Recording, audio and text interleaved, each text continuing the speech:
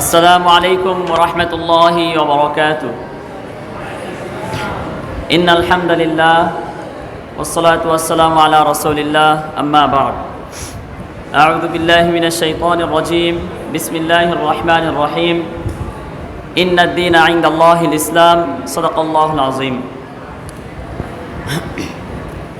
আজকের এই মোবারক মজলিসে উপস্থিত সম্মানিত উস্তাদগণ এবং দূর দূরান্ত থেকে আগত এলএম পিপাসু তালেবে এলএম ভাইয়েরা, সবাইকে শুভেচ্ছা। বারাকাল্লাহু লানা ওয়া লাকুম। আমাদের এই উপমহাদেশ অর্থাৎ এই ভারতবর্ষ একসময় পুরোপুরি অন্ধকারের মধ্যে নিমজ্জিত ছিল। অর্থাৎ ইসলাম বা মুসলমান বলতে এখানে কোনো নাম নিশানাও ছিল না। ইসলাম বা মুসলমানের কোনো নাম নিশানা এই ভারতবর্ষে ছিল না এবং পুরো ভারতবর্ষ কুসংস্কারে একদম ছেয়ে গেছিল। তো সেখান থেকে এমত অবস্থায় মুসলমানরা কিভাবে এই ভারতবর্ষে আসলো, ইসলামটা এই ভারতবর্ষে সর্বপ্রথম কিভাবে প্রবেশ করলো, সেই বিষয়ে অল্প সময়ের মধ্যে আমরা কিছু আলোচনা করার চেষ্টা করব ইনশাআল্লাহ। মুহতারাম হাজিরিন, এই ভারতবর্ষ ইসলাম প্রবেশ করার পূর্বে অর্থাৎ 712 খ্রিস্টাব্দের পূর্বের কথা বলতেছি, ওই সময় এখানে কেন্দ্রীয় কোনো সরকার ছিল না। কেন্দ্রীয় সরকার না থাকার কারণে পুরা ভারতবর্ষ বিভিন্ন রাজ্য, বিভিন্ন অঙ্গরাজ্যে বিভক্ত ছিল। যেমন বাংলা, বিহার, আসাম, সিন্ধু, বুন্দেলখণ্ড, এরকম বিভিন্ন নামে বিভিন্ন রাজ্য এরকম বিভক্ত ছিল। এবং ওই সময়কার ধর্মীয় অবস্থা বলেন আর সামাজিক অবস্থা প্রত্যেকটাই খুবই নাজুক অবস্থায় ছিল ইসলাম পূর্ব যুগে। বিশেষ করে ধর্মীয় অবস্থার কথা যদি আমরা বলি, 3টা ধর্ম ছিল ওই সময়। এই ভারতবর্ষ অর্থাৎ এই আমাদের উপমহাদেশে 3টা ধর্ম ওই সময় বেশি প্রসিদ্ধ ছিল। তার মধ্যে এক নাম্বার ছিল বৌদ্ধ ধর্ম, জৈন ধর্ম একটা ছিল, আর ছিল হিন্দু ধর্ম। তো বৌদ্ধ ধর্মটা এত বেশি জনপ্রিয় ছিল না, প্রায় বিলুপ্তির পর্যায়ে পৌঁছে গেছিল। হিন্দু ধর্ম ছিল ওই সময়কার প্রধান শক্তিশালী ধর্ম, কারণ বেশিরভাগ ওই যে বিভিন্ন রাজ্য, অঙ্গরাজ্য, তাদের বেশিরভাগ রাজাই যেহেতু হিন্দু ছিলেন, তো তারা এই হিন্দু ধর্মকে প্রতিষ্ঠা করার জন্য, এই হিন্দু ধর্মকে পৃষ্ঠপোষকতা করার জন্য যা যা করার প্রয়োজন তারা সব কিছুই করত। আর সামাজিক অবস্থা আরও বেশি গুরুতর ছিল, কারণ ওই সময় সতীদাহ প্রথার মতো জঘন্য প্রথা এই ভারতবর্ষে চালু ছিল। তাছাড়া হিন্দুদের ওই সময়কার হিন্দু থেকে বর্তমান পর্যন্ত এই জিনিসটা রয়ে গেছে, তা হলো হিন্দুরা মূলত 4টা দলে বিভক্ত। 4টা দলে হিন্দু সমাজ পুরোটা বিভক্ত: ব্রাহ্মণ, ক্ষত্রিয়, বৈশ্য, শূদ্র।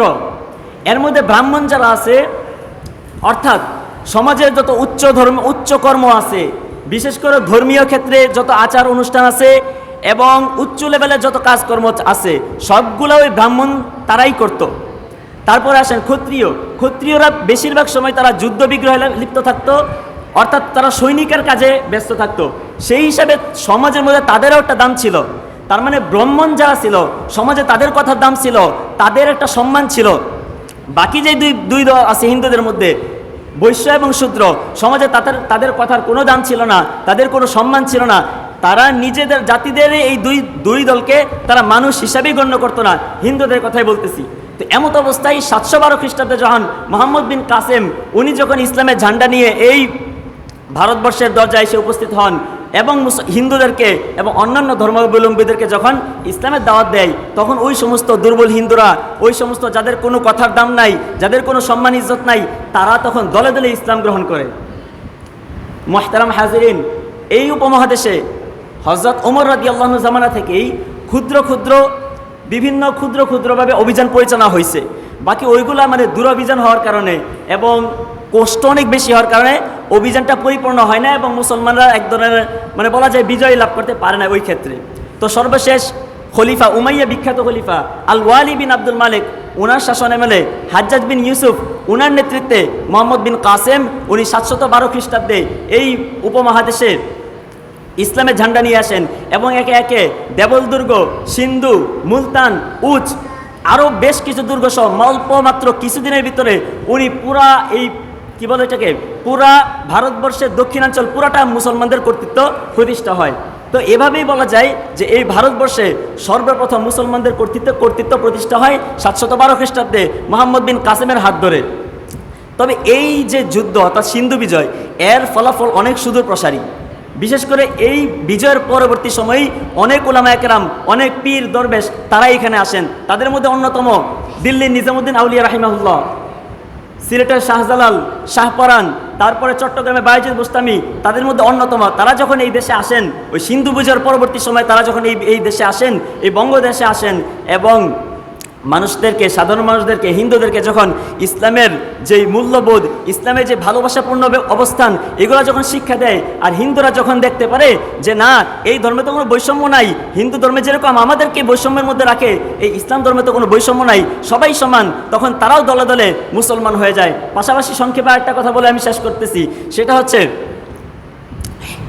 এই বঙ্গদেশে যে সমস্ত মানুষ, ইতিহাসের কিতাবের মধ্যে তাদেরকে আর্য জাতি হিসেবে উল্লেখ করা হয়েছে, এবং ওই যে আরব দেশে যে সমস্ত মানুষ, তাদেরকে ইতিহাসের কিতাবে সেমেটিক জাতি হিসেবে বলা হয়।